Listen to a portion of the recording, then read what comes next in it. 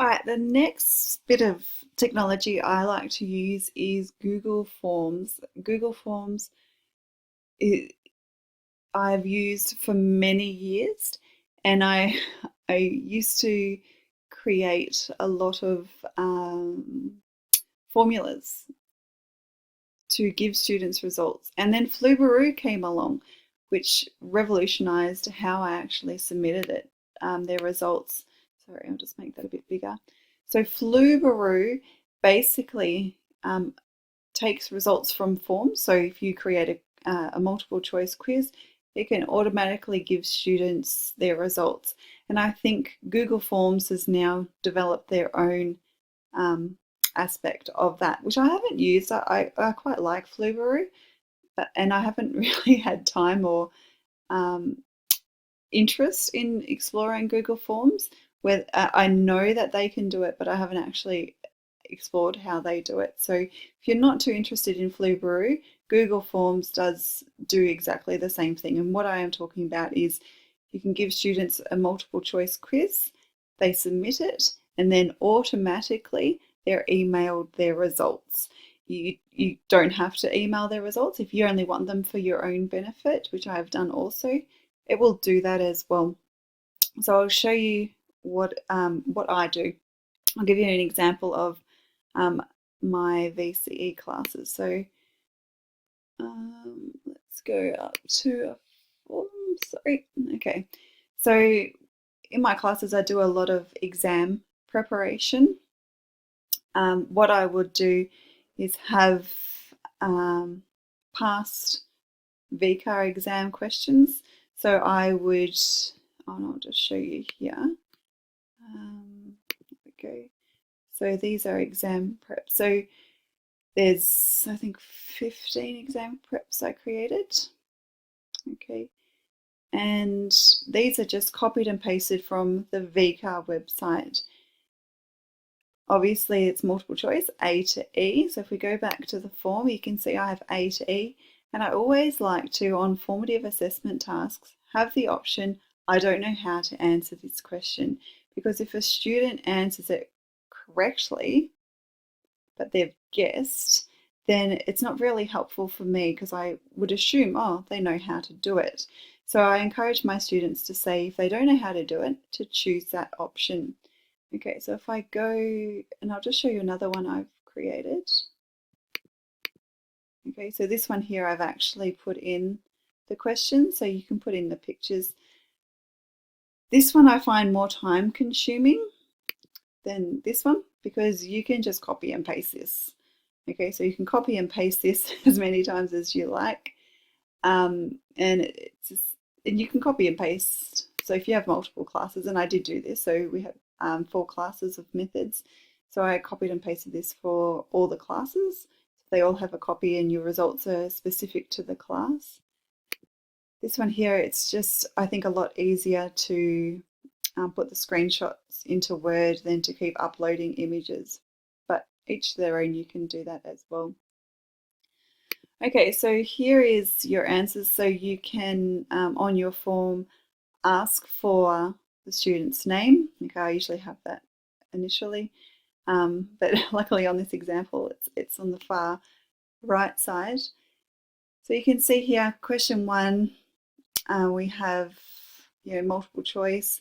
And then we've got some short answer questions. The problem with short answer is if you don't answer it how I've said it is to be answered, then it just marks it wrong. I mean, we're dealing with a computer here, not a human being. So if we just go down here, so the answer was 77, and this student wrote 77 meters. And you can see here she also, the answer was 42, she wrote 42.06 meters. So she got that correct, and here we are again. So I'll probably talk to the student about rounding, obviously. And you can see here, some have chosen, I don't know how to answer this question. If we go to Flubaroo, so before I do that, I'll just show you where to find Flubaroo. If you go to add-ons and get add-ons, you can find Flubaroo in there. And because I've already got Flubaroo on here, that's why it's come up. And then you get an auto grade option. It's very self self-explanatory. I don't need to teach you how to do it, but if you need to, I'm sure you can go to the Flubaroo website. So the grades, okay, so it gives me a bit of feedback about these students. So let's say this student here, let's call her, because her first name's H, Haley. So Haley got, I don't know what it was out of, let's say, I think it was 9. There we go, Queen's Possible 9. So she got 7 out of 9. Okay. When she finished, so she would have been the first one to finish, I'll go up to Haley and say, well, you got 2 wrong. Okay. Can you have a look at those 2 questions you got wrong? And Haley would probably already have this feedback. So I'd say, oh, Haley, you got question 1 wrong. Do you need help with that, or do you want to have a look at that again? So while these other students are still working on the quiz and Haley's finished, she's not sitting there twiddling her thumbs. She's actually thinking, well, I can go through these. So she would go through question 1 and question 4, and she could resubmit or ask me for the correct answer. I may have already given her the correct answer and said, oh, let's, you said B, see if you can, the correct answer is D, see if you can get D, and see where you made the mistakes to get B.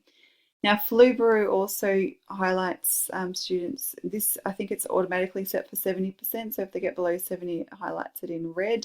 I never really take too much notice. I might, because 70% to me is quite high, but this one here at 44, I would probably say, oh, I think perhaps you need some extra help. But this all happening in one lesson. So our lessons go for 50 minutes, or in a double period. I would get the students to go through this, perhaps get them to discuss afterwards. So a lot of the students like to do it individually and then talk about the questions afterwards. And then I would say, well, question 5 you had trouble with, so let's do that one as a class. Okay, so Flubaroo actually highlights them. So if we go down to the bottom, it actually has the percentage of people who got it right. So I would say, oh, question 5 you found difficult. So let's go through that. And this one you found difficult, it was quite low. So usually there's more that they find difficult than this, but in this example, there is only 1.